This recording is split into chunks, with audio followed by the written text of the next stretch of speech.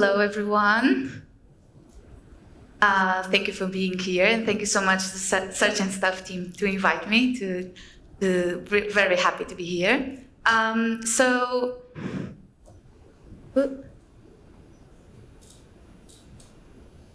Okay, this is missing one slide, but that's fine. I'm Matilde. I'm an SEO analyst at Resignal, which I worked with Yagmer. That's where we met, and we worked 2 years together, so that was really nice. And today I'm going to speak about the power of seasonal SEO strategy. So what is exactly SEO, and how can we seasonal SEO, how can we implement those strategies in our content strategy? So first, let's clarify what exactly is. So seasonal SEO, it's when you optimize your content or some landing pages based on seasonal times. So this can fall in 3 main categories. So first one is culture events. So this is what usually business are ready to implement it, to act, because they are fixed dates, like we have winter, we have summer, and then we have Christmas, Easter, so those specific periods that we are all aware. Then we also have commercial events when business promote those some offers, like a Black Friday, a seasonal sale, or Prime Day, like Amazon. But also we have some ad hoc events, so it's our more unexpected trends and any viral trends that can draw our attention, and we can benefit with that if we provide those specific content. So why is important to, what are the most benefits of using seasonal SEO and identify what are the actual trends? So first, if we are there, if our web content is in there on these high season demands, we can increase obviously search visibility and higher some rankings. We can boost conversion rates, because when users are searching for something seasonal, they are more ready to act fast. And then obviously maximize user engagement and also increase our brand awareness, because even if we got a visit and doesn't convert in conversion, we are there, and maybe the client will remember our brand, and there is a potential for them to be back. So how can we collect this seasonal data? So first we have seasonal search behavior that I just went through, those specific times of the year, but usually the business are already, they have these specific campaigns already in their content calendar. Then we have Google Trends, which Simon just mentioned as well, where we can have a look in our industry, we can search for we can compare keywords, we can compare categories, and we can go back 5 years and see what's the fluctuations and try to find any trends. And then what I think is most useful and more powerful, it's use your historical data. So go back in your Google Search Console or even analytics and try to find any fluctuations or any trends. And also seasonal data is very useful to explain or justify any ups or downs in traffic.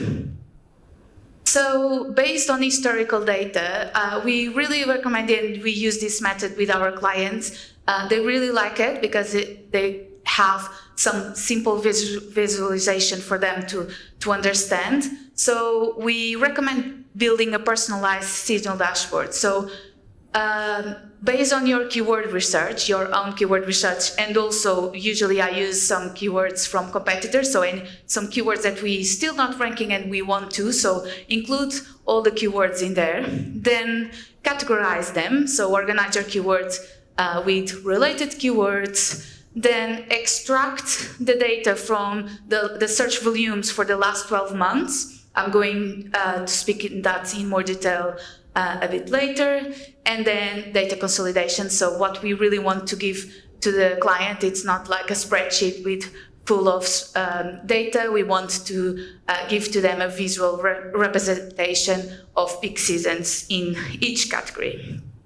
So I found this template a while ago, like 3-4 years ago, from Sam Underwood, and you can visit his website. He has really expert resources there. And this public spread template, it's really, really useful because first it's super simple to use.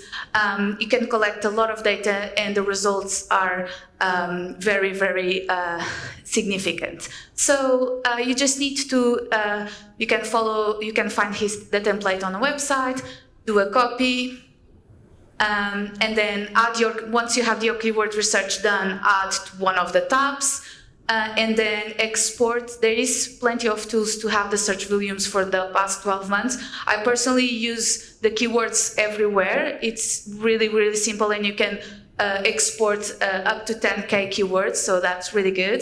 But also you have Keyword Planner that someone mentioned yesterday, so there is plenty of ways, but export your keywords in here and you'll get all the 12 months data. And then export the file, just remove some unnecessary data that we don't need here. So remove the CPC competition, training percentage, and just keep all the list of keywords and the search volumes per month. So this is the result. Then obviously you can edit in your own layout, but this is the result that we have. And here are the list of categories that we have. So this is a client that sells pet food, pet toys, and so on. And then we have the combined search volume of this specific category. So it's the combined search volume of all the keywords that we have per month. So on here we can see, so obviously pet stores or pet food, it's nothing that we believe that is seasonal, but there is some specific times of the year that people search more. So for example, if we see pet treats, in September, there is an average of 7K searches per month, but then in March, we have nearly 10K searches. So it's quite a significant difference. So if we plan this ahead and if we have new content in there, even if it's informational, we can attract more people because more people are searching about these things on that specific time of the year.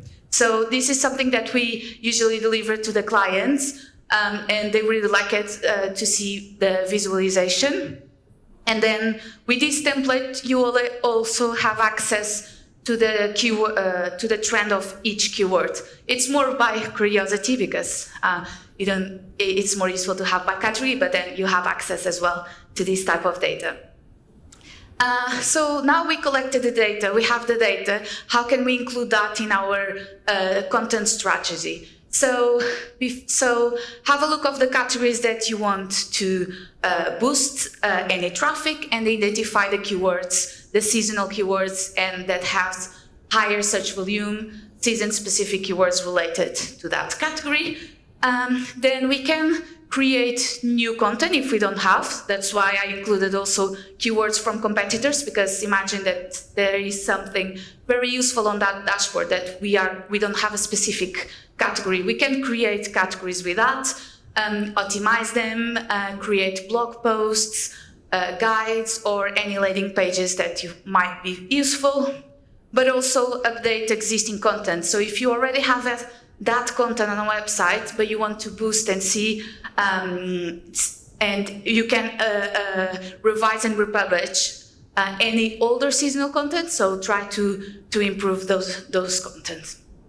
So how can we optimize? So first thing first, on-page optimization, so optimize meta tags, the headers, and any content on your page with that specific seasonal keyword. Then structured data implementation, obviously doesn't identify anything from the keywords, but it's also a boost to improve your search visibility. And very important in terms of seasonal pages is internal linking. So make sure that those pages are linked or homepage, menu navigation, but specifically on evergreen pages that already have page authority. So if we have those pages linked to our seasonal page, it will help us to bring more traffic. So this is something that we also share with our clients, because it has an agency side. then when we plan the content, usually we plan the briefs, we create the briefs, and the client creates the content. So it's really useful if we actually plan ahead and say to the client, okay, we need the content ready this time, because otherwise it's going to be too late. And if we upload the content on 2 days or 1 week before the seasonal peak, it doesn't matter, it doesn't going to. So our plan here usually is try to upload the content at least 2 months before the seasonal peak. So we give time Google to start indexing our content, and once the search demands is there, we already have the content being indexed. So usually we do this content calendar with some actions, like first it's keyword research, competitive analysis. The second month, and this is per month to give a time to the client to approve, and we can move to the another one. List of content of opportunities. Do we want to create a landing page? Do we want to create a category page or a blog or so on? Produce the content, so give a client at least 1 month to produce the content with back and forth. It takes time, and then go live. So that means if we have like some categories, we want the most popular month, it's in May. We want to make sure that this go live at least in March. So that's really help us when we create this seasonal content roadmap, and we try to align with the content to the marketing calendar of the client. Measuring success in seasonal SEO as well. I have another slide in more detail ahead, so I'll go that later. I just want to give you some best practice for peak seasons, during peak season, but also outside of peak season, that some clients sometimes struggle.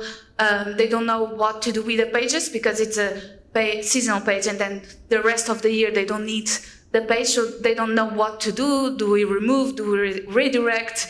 What should we do? So we have here some simple best practice. So when is peak season, make sure that you add the page to the menu navigation, link from any relevant pages that make sense to that specific page. Always remember to refresh the data, the metadata with the year. So imagine Black Friday 2024, try to refresh every year. Then update any content to stay relevant, and add call to actions, and monitor any performance for indexability. Make sure that your content is being indexed. If you have a lot of product pages or products assigned, make sure that they are being indexed before the peak season, and obviously add the relevant sale products. So this is just a quick example of Nike and Oka using the metadata for Black Friday. And outside of peak season, very important what we usually say to our clients, it's don't eliminate the page, never. So remove the page from menu navigation and any links that might be attached. Update the content and metadata with messages like come back next year, or the campaign is finished, sign up for any updates here.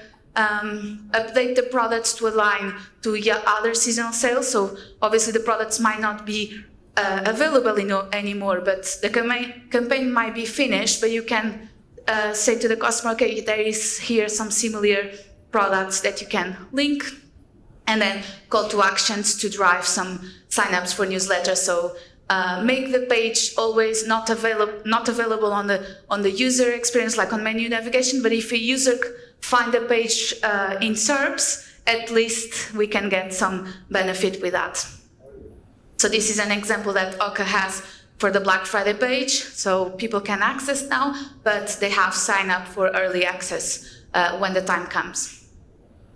So one of the things that we noticed that was super useful doing for every campaign, seasonal campaign as well, is a post-season analysis. So that means we need to track all the milestones. So when did we upload, when did the content went live, to make sure that we got all the key learnings.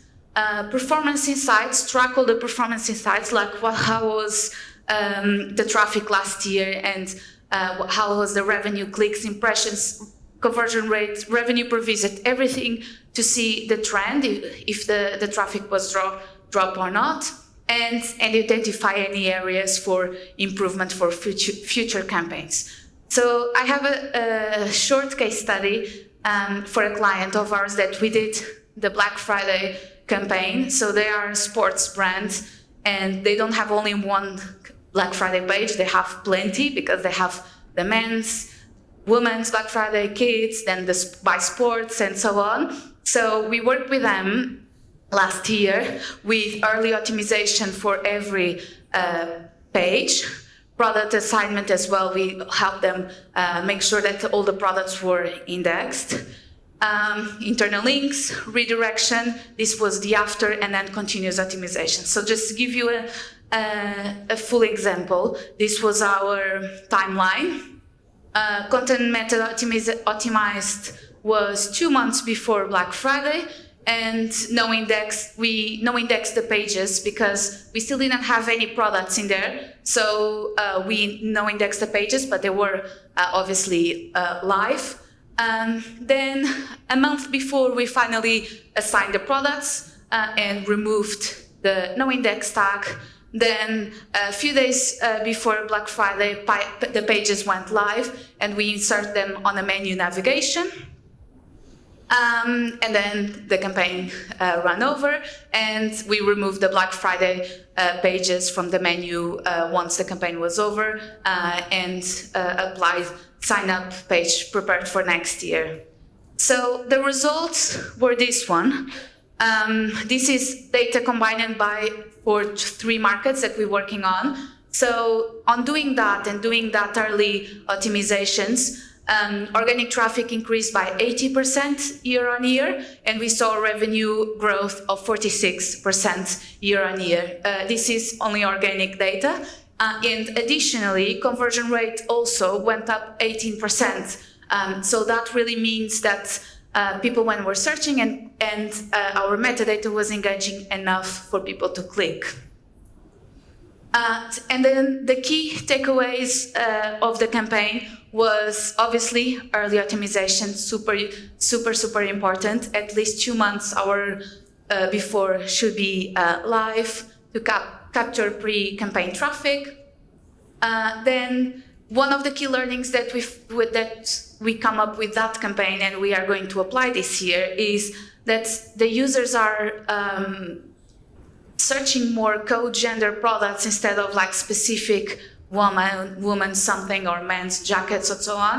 So as we didn't have any specific co-gender pages on Black Friday, we are going to prioritize this year as well. So we are going to create 2-3 pages co-gender and see the result.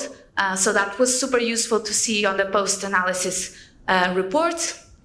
And also utilize year-round Black Friday page with outlet links. So the client has always an outlet page live, so we redirected the Black Friday page to outlet during off-season. And then just conclusion on the seasonal data. So it's crucial for increasing end conversions by targeting the right moments, even if it's not like standard events. It can be some specific examples that I gave you on the pet store. Optimizing those seasonal pages by seasonal keywords increase your visibility and also increase the opportunity to have more clicks and engagement. Make sure that you apply the best practice off-season as well, to not lost all the traffic and all the rankings that you gain during the peak season. And also, obviously, there is always users searching for those specific categories around outside of that peak season. So there is always opportunity. So make sure you follow the best practice. And post-analysis, season analysis, very important, because you can take some key takeaways like we got from the co-gender pages. Now we're going to apply this year and see if that works. So very important to spot any trends and plan the next time to boost any results. And thank you.